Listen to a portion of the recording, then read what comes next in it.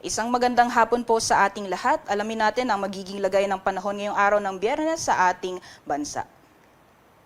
So sa kasalukuyan po, meron tayong binabantayan ng low pressure area. Nasa labas po ng ating Philippine Area of Responsibility. Kung makikita po natin sa ating satellite image, may mga cloud clusters po tayo na yung nakikita po natin location ng ating low pressure area. And yung latest location niya po ay nasa 2,455 kilometers silangan po yan ng Mindanao.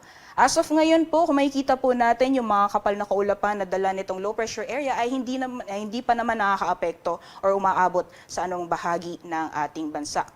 Although sa ngayon po, hindi natin inaalis yung posibilidad na ito'y maaaring pumasok ng ating Philippine Area of Responsibility at makakaapekto or magdadala ng maulan na panahon sa ilang bahagi ng ating bansa sa mga susunod na araw. Kaya continuous po yung monitoring natin, mag-antabay lamang po sa mga updates na ilalabas ng Pag-asa sa mga susunod na araw patungkol dito sa binabantayan na low pressure area.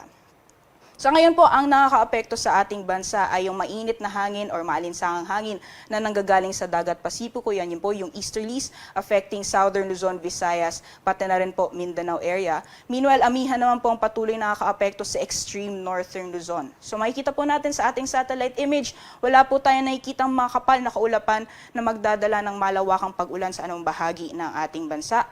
So mostly isolated na mga pag-ulan ang mararanasan. Ito po yung mga pag-ulan na tumatagal ng 30 minutes hanggang sa 2 oras. And mga pag-ambon naman, posibleng maranasan sa Batanes as well as sa Bubuyan Islands. And dahil din po sa epekto nitong easterlies, mas magiging frequent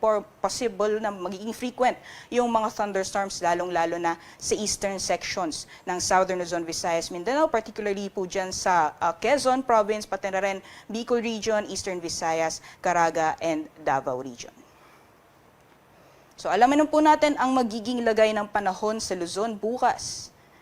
So patuloy pa rin po yung maaliwalas na panahon, although nakikita po natin hindi pa naman makakaapekto itong binabantayan na low pressure area sa anong bahagi ng ating bansa. So mostly fair weather conditions pa rin po tayo.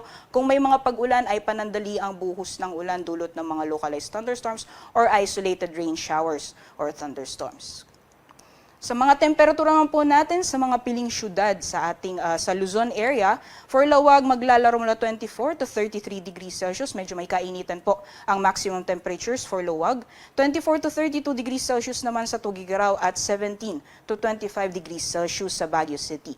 Maximum temperatures for Metro Manila as well as sa Legazpi aabot ng 33 degrees Celsius.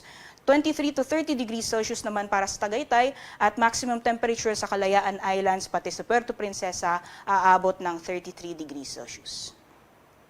Gayon din sa magiging lagay ng panahon bukas sa Visayas at Mindanao, patuloy pa rin po yung maaliwalas na panahon. May mga tsansa lamang ng mga isolated o pulu-pulong mga pag-ulan, pagkidlat at pagkulog. Usually sa hapon po yan or sa gabi. Although sa eastern sections po, gaya po ng nasabi natin kanina, dahil po sa epekto ng easterlies, mas magiging frequent pa rin yung mga thunderstorms over eastern sections or eastern Visayas, Caraga as well as the Davao region. Para naman po sa temperatura sa mga piling syudad sa Visayas as well as Mindanao. So 32 degrees Celsius for Iloilo, Cebu at Tacloban yung maximum temperatures po natin. For Cagayan de Oro, maglalaro mula 24 to 31 degrees Celsius, Davao 25 to 34 degrees Celsius. Medyo may kainitan po yung temperatura natin sa Metro Davao and 25 to 33 degrees Celsius naman sa Zamboanga. Sa kalagayan naman po ng ating karagatan, wala pa rin po tayong nakataas na gale warnings anong baybayin ng ating bansa. Iba yung pag-iingat pa rin sa mga planong pumalaot sa Northern Luzon dahil inaasahan pa rin ang katamtaman hanggang sa maalon na karagatan. At alamin po natin ang magiging lagay ng panahon sa piling syudad sa ating bansa mula Sunday hanggang Tuesday. For Metro Manila, fair weather conditions pa rin po tayo, although makikita po natin, mostly makakaapekto po or lalakas po yung epekto ng amihan. So mostly light rains po or isolated light rains ang mararanasan mula Monday until Tuesday. For Sunday naman, possible pa rin po yung mga isolated rain showers or thunderstorms. Para sa agwat ng temperatura mula Sunday until Tuesday, sa Metro Manila maglalaro mula 24 to 33 degrees Celsius. Sa Baguio City naman, posible by Sunday, makakaranas na po tayo ng epekto ng hanging amihan. So mostly yung mga pag-ulan po natin, isolated light rains or mga pag-ambon, panandali ang buhos ng mga pag-ambon over Baguio City. And agwat naman po ng temperatura mula Sunday until Tuesday for Baguio City, maglalaro mula 17 to 24 degrees Celsius. Tanong po sa magiging lagay ng panahon mula Sunday until Tuesday sa Legazpi City. So fair weather pa rin po tayo or fair weather conditions pa rin po tayo pagdating ng Sunday. Lalakas po yung epekto ng northeast monsoon by pagdating po ng Monday. So mostly yung eastern sections po ng Luzon area ay makakaranas ng maulap na papuwiran, may kasamang mga pag-ulan or may hinang mga pag-ulan. And by Tuesday, possible na makaka-apekto po yung shear line sa Legazpi City. So mostly mga scattered rain showers o mga kalat-kalat mga pag-ulan, pagkidlat at pagkulog ang mararanasan. Sa agwat naman po ng temperatura mula Sunday until Tuesday, maglalaro mula 25 to 33 degrees Celsius. And para naman po sa Metro Cebu, fair weather conditions po tayo hanggang sa darating na Tuesday. So mostly isolated din po yung mga pag-ulan na mararanasan. Agwat ng temperatura, 27 to 33 degrees Celsius.